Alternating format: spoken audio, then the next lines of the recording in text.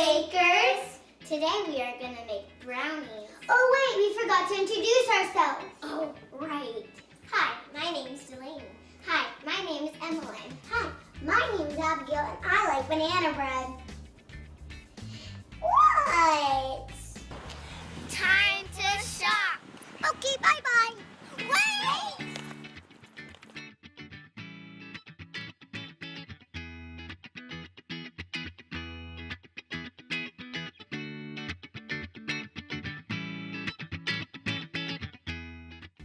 First, we're gonna get the sugar.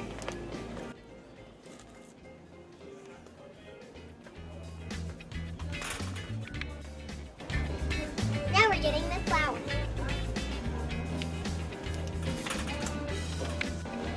Now we're getting the brown sugar. Here's the cocoa. Here's the vanilla extract. And next we're going to get the kosher salt.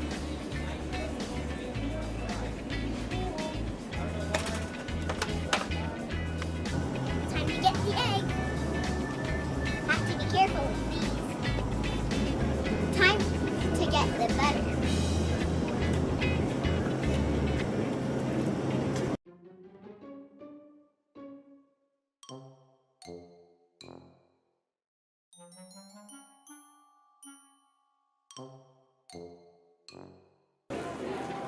Time to check out. Got the bananas. Abigail. Time to put everything in the car. And then we're gonna go home. And I'm gonna eat my bananas. We measured all of our ingredients and now it's time to start. You will need all of these. Kosher salt, 2 teaspoons of vanilla extract, 4 eggs, 1/2 cup of flour, 1 1/4 cups of cocoa, 1 cup of brown sugar, 1 cup of white sugar, and 8 ounces of melted butter. Make sure to preheat your oven to 300 degrees.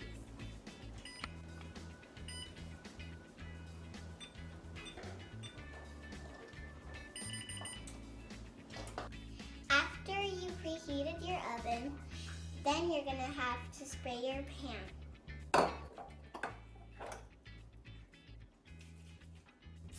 Now we're going to crack our 4 large eggs.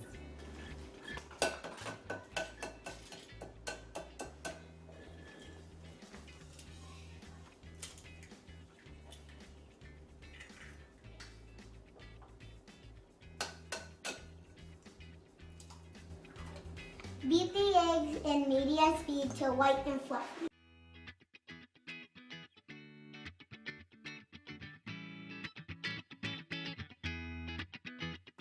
And now we're going to add both of our sugars.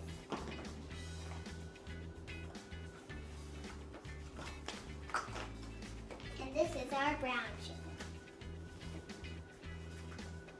Mix to combine.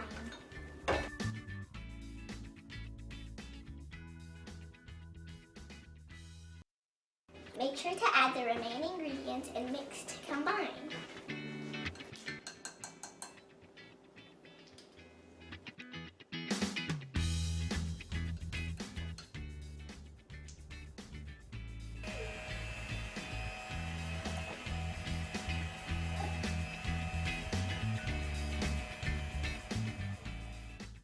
And now you're going to pour your batter into the pan.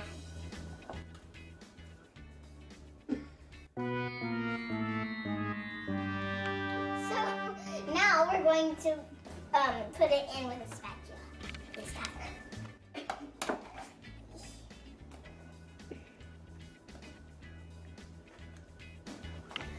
So after you put your batter in your pan, you're going to put it in the oven at 300 degrees and for 45 minutes.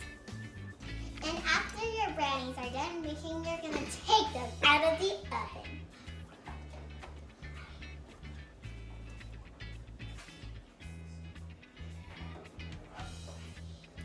And after you're done taking them out of the oven, you should let them cool. And then after they're done cooling, you should cut them. And then the most important part, time to eat. And make sure to be careful with the knife.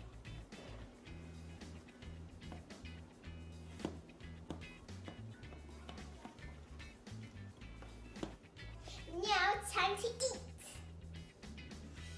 Abigail!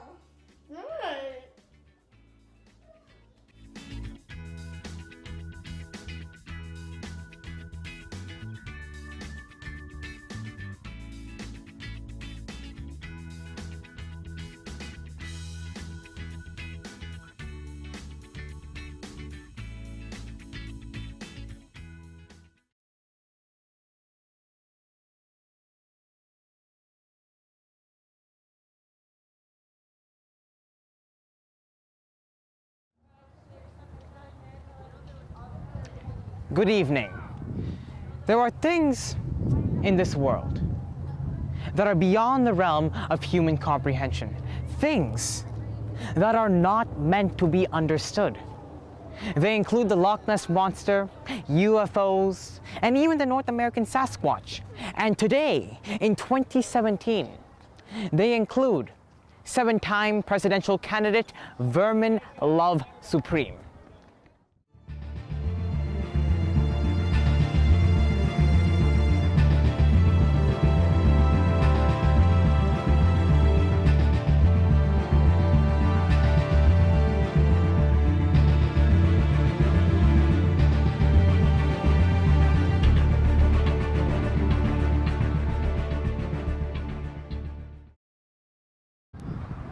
Hi, I'm independent political researcher Aditya Rajvalu. Throughout my long life of analyzing political developments, I have seen none so peculiar as Vermin Love Supreme. What makes this man so unique? Is it his beard? The fact that he carries around a giant toothbrush? Or the fact that he wears a giant boot on his head? Today, we intend to find out what makes this man such a spectacle.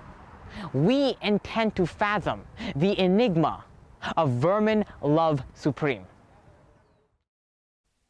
Unfortunately, not much is known about Mr. Supreme's personal life. What we do know is that he is 56 years old, lives in Massachusetts, and has a wife. He has also been running for the presidency since the year of 1992, and unsurprisingly has failed every single time. He did gain his infamy in 2012 during the New Hampshire Lesser-Known Candidates Democratic Forum, in which he said these famous words. Thank you. Gingivitis has been eroding the gum line of this great nation long enough and must be stopped. For too long, this country has been suffering a great moral and oral decay in spirit and in sizers. Shortly after, he glitter-bombed a fellow candidate, Randall Terry, with glitter. Thank you. All right. But it does not end there. Mr. Supreme has many other intriguing policy positions. Mr. Supreme pledges that he will tax the top 1% in our society at a 1% tax rate and the bottom 99% at a 99% tax rate. He promises to the American people that he will cut spending for programs like defense, education, environmental protection, among many other things, and replace that all with a policy that will put ponies in space, because he believes that is our #1 priority. Mr. Supreme says that he will give all Americans a free pony. And he will use that pony to build a pony-based economy, which he says will create millions of new jobs and billions of dollars in revenue. And finally, he pledges and promises and guarantees to repeal the Affordable Care Act with his health care plan, which he calls Universal Health Care, which unsurprisingly will be run by elves. He thinks that's a good policy. As one can clearly see, Mr. Supreme has policies that are unique. Policies that are unlike any other candidates that we have seen before in recent history, or in history in general. We made repeated attempts to reach out to Mr. Vermin Supreme. Every time we asked him, he said that he was interested, but never told us when he would video call us. It almost seemed like he was playing another one of his games with us. But why does this matter? Why does it matter that a man has successfully made a political mockery of our American democratic system? Why does it matter to you and me? Well, it says a lot about our society. It says a lot about how we value our privilege to vote. Mr. Supreme highlights the fact that there are some people in our society who just vote for the person who they feel is most interesting, who they feel is most funny. This man, it is true, this man who pledges to end all defense spending, this man who pledges to impose mandatory toothbrushing laws, got more votes than a former Virginia governor. And what that shows is that people in our society do not value the privilege to vote enough. They don't value the ability to influence how our democracy votes. We must vote for a purpose. We should not vote for the man just because of his personality. We should not vote for a woman just because she is a woman. We must vote for the candidate who pledges to protect our individual liberties and freedoms. Vote for a purpose, not just because a person has a boot on his head. Thank you. I hope you enjoyed the show.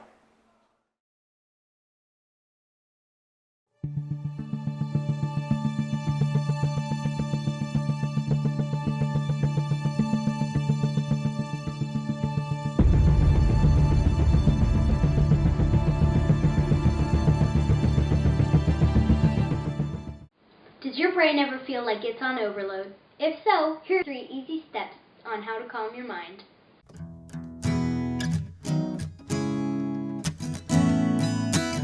Calming your mind is an important part of life. If you don't take a break every now and then, life will be too stressful and might affect you both physically and or mentally. Find a calm environment. This is essential to being able to think. Go outside or simply find a quiet room. Once in a quiet place, attempt to settle your mind through meditation, breathing, or just simply thinking. Maybe going outside and riding your bike will help. Just do what you enjoy most.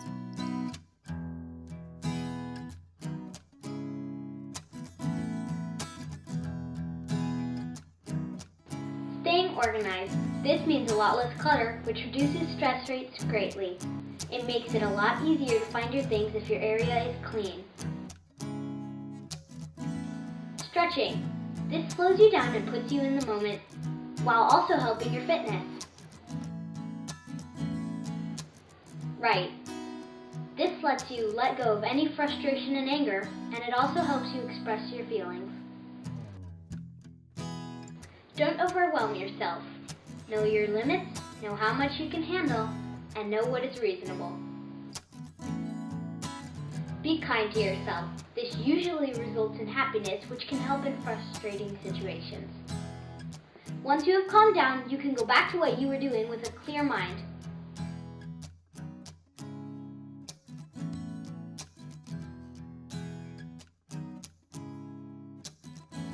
Remember to every now and then relax and take a day off to go to the spa, get a manicure, or even simply enjoy a cup of coffee in the morning.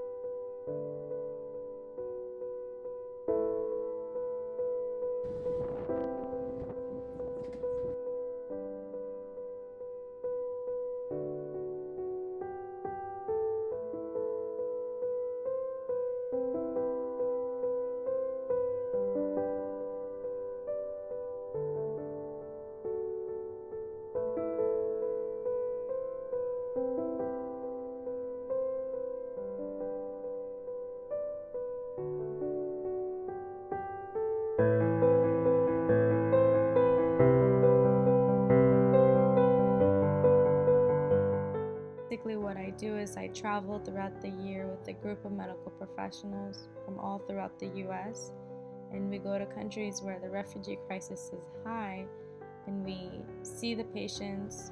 We provide for them 3 months worth of medications, shoes, clothes, food, other basic necessities that they need.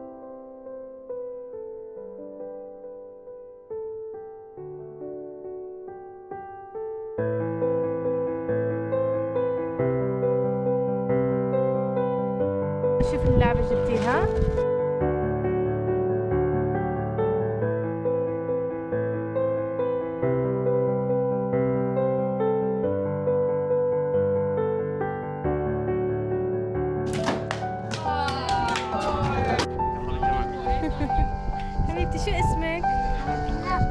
نايا. واحد ثلاثة.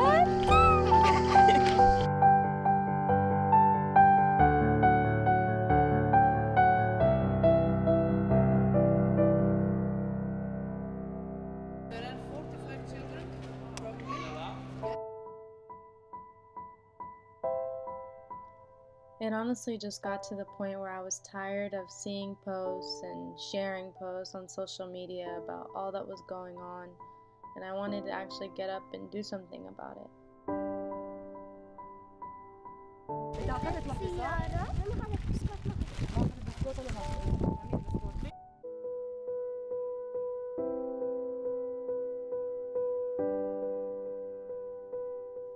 I started out customizing wristbands and selling them, where all the proceeds would go straight to the project. And I would host fundraiser dinners along with creating like wish lists and donation links that people could contribute to.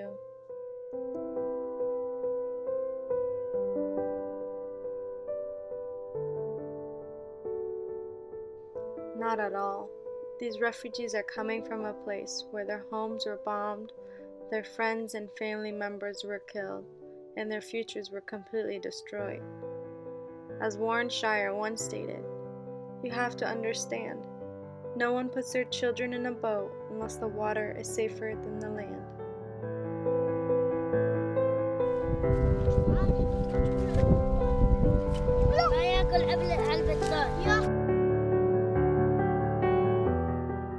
طب ايش انت بتمني؟ أتمنى إني أصير طبيب. Life as a refugee is very hard. Just imagine yourself trying to adjust to a life where you're limited on how much hot water you have and no electricity. Your kids are cold and hungry and you're not able to feed them. These families pass their days haunted by their thoughts with very little to do, sitting in refugee camps or resettlements where they've lost hope and their lives have been completely shattered. Unable to work legally, they spend their days waiting. Fathers ashamed because they're unable to provide for their families, covering their faces to hide their tears. I decided to dedicate this project on behalf of my sister because I truly look up to her. My whole childhood consisted of me witnessing my sister be so involved in the community and around the world. She even brought me along on one of her projects in Jordan. She has always been my inspiration and showed me how truly fortunate I am to live the life I do. I hope one day I could give back to the world that has given me so many opportunities as much as she has. Thank you for all you do, but most of all, thank you for being my big sister. I love you.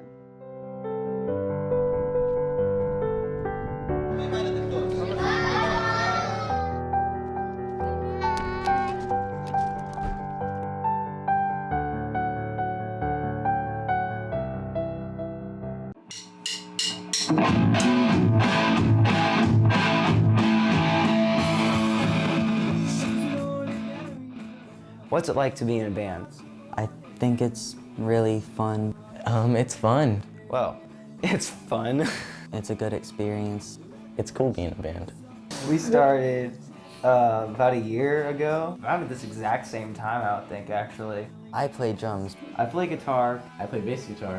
None of us could sing, and they all pointed at me. Me and Justice played a gig once, about 2 years ago, and it was at my dad's friend's house, and it was just me and him. We didn't have a drummer or anything. And then at the end, they were like, "What are you called?" Because we had no idea. We hadn't made a name. We were just kind of jamming it out. And then the drummer, his name was Paul. He's the drummer for my dad's band. He was just like, he said something like, "We knocked it out" or something. And I was like, "Knockout." Music is a good way to kind of secretly get your feelings out there, kind of get what's on your mind. To me, it's just a fun way to hang out with your friends. Life is terrible sometimes, and just playing music with people helps out with that. Me and Justice have been playing music since 7th grade, but we wanted to get a drummer. We've had a couple bands actually, none have ever lasted this long, but I think it's good because with the other bands that we had, we would always fight, and this band, we haven't gotten a single fight in over a year. When I started, my biggest inspiration was Green Day, but as I moved forward more, I started just like writing the way I wanted to write things instead of trying to copy other people's stuff. I listen to all music, but say for my particular playing style, I like mostly punk rock, and I love Rancid, Green Day, I mean most punk bands. The band A Day to Remember is probably one of my biggest influences. You can't write a song out of nothing. If there's not a meaning in a song, it's not a good song. Yeah, definitely if you're having a bad day, playing songs or playing music can definitely help you. Whether you're having a bad day or a good day, it just helps to have an outlet.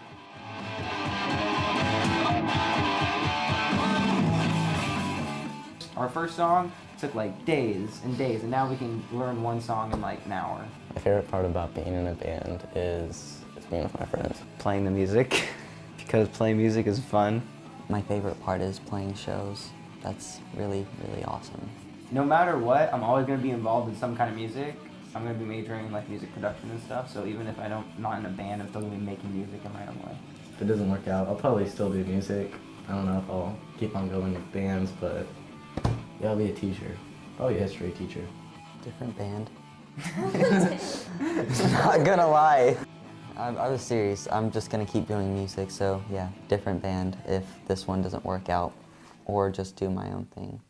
1, 2, 3, 4.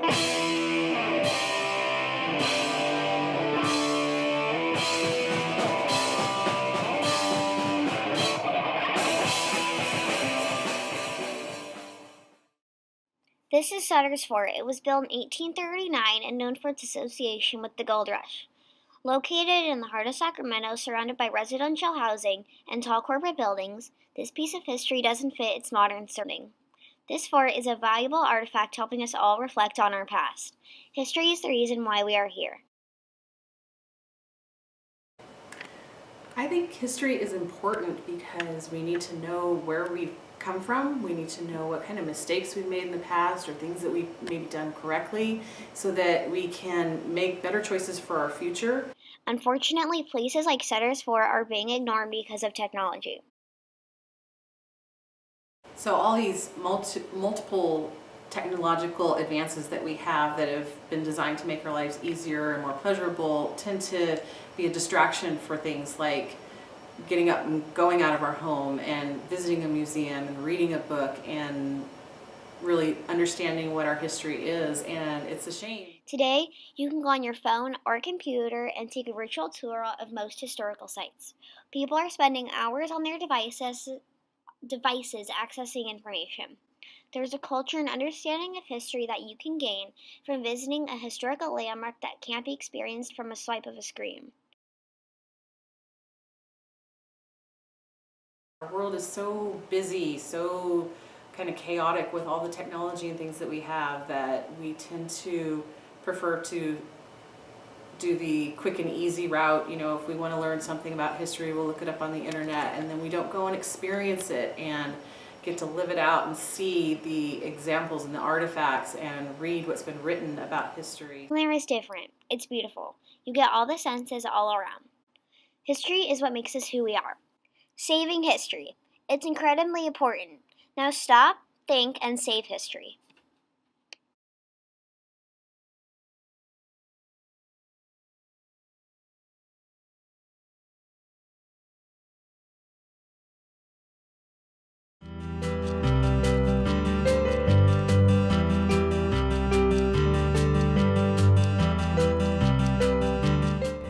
Tests are difficult, but we've done a lot of the failing for you guys. Here's our 5-step method on how to pass a test. Step 1. Pay attention to your teacher. Your teacher is there to teach you, so if you don't pay attention to them, there's no way of knowing what will be on the test. A lot of teachers will purposely emphasize test topics during their lectures. Taking notes during these times will improve your chances of passing. Step 2. Take good notes. You're constantly going to be reviewing these notes, so make sure that they have all the important information. Again, paying attention to your teacher is a key aspect of good note-taking. Going through your book will also help you. Step 3. Make flashcards if possible. Flashcards are the best way to memorize vocabulary words. The process of making them Reviewing them and reviewing them again will guarantee mastering of the vocab. Step 4. Review your notes and flashcards. Nobody likes studying, but you have to review the information to remember all of it on test day. Repetition will help you memorize the test topics. Step 5. Get sleep the night before the test. Cramming all of the information in the night before is pointless if you end up like Alex during the test. Now let's go over this again. Step 1. Pay attention to your teacher. Step 2. Take good notes. Step 3. Make flashcards if possible. Step 4. Review your notes and flashcards. And Step 5. Get some sleep the night before the test. Now go pass that test.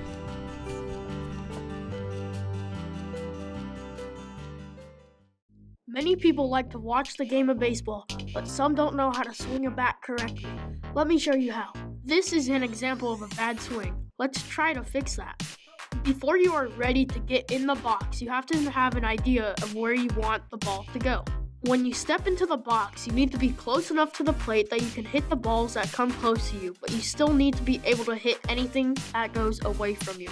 When I step into the box, I like to place my feet a little more than shoulder's length apart. You don't want them too far apart nor too close to each other. When the pitch is about to be thrown, you need to load your hands and legs. First, take a step, don't lunge. When you step, make sure you step towards the pitcher and not in towards the plate or open up. Twist your back foot like you are killing a bug under your shoe.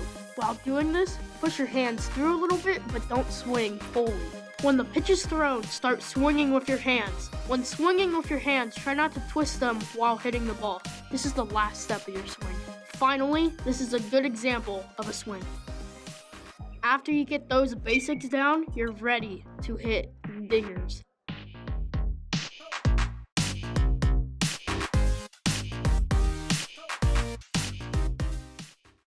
All around Arden, you see posters, banners, signs, and more. Most of you have also attended rallies, dances, and other social events. And these are all the works of student leadership.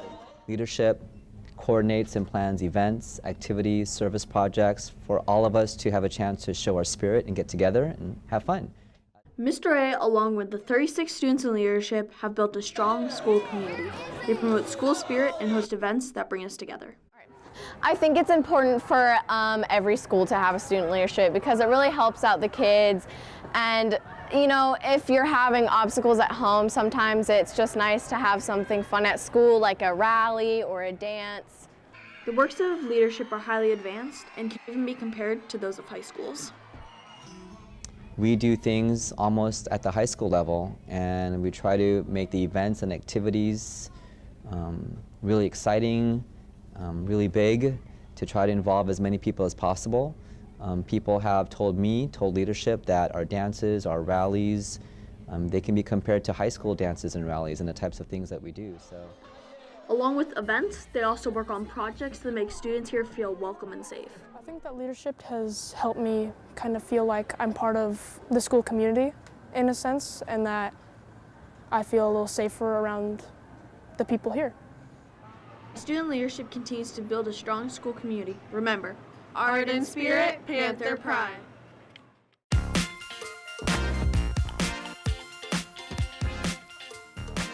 Hello, Del Paso Manor. I'm Amelia. With the new school year comes new rules. Let's check in with Josh on the playground bell. At the end of recess, students are expected to immediately walk to the line. This is different from previous years when they had to freeze. But students are making a smooth transition with this. Better when we walk to our line because we get to go in our classroom and our classroom is warm. I like walking to the line, and also we don't have to wait for other kids to freeze. I like it because sometimes the teachers take forever to blow the whistle, so sometimes you can waste a lot of class time just standing out there waiting for the other kids to listen. Another important rule here at DPM is how to walk in the hallway. Amelia has some friendly reminders for us. It is important to walk through the hallways silently and in a straight line so we don't disturb other classes. That was a good example of what your line should look like here at DPM. Now back to Josh. Nobody wants to use a dirty bathroom. Here are some tips to keep our bathrooms clean. It's important to wash your hands after using the restroom. Remember to throw away your paper towel.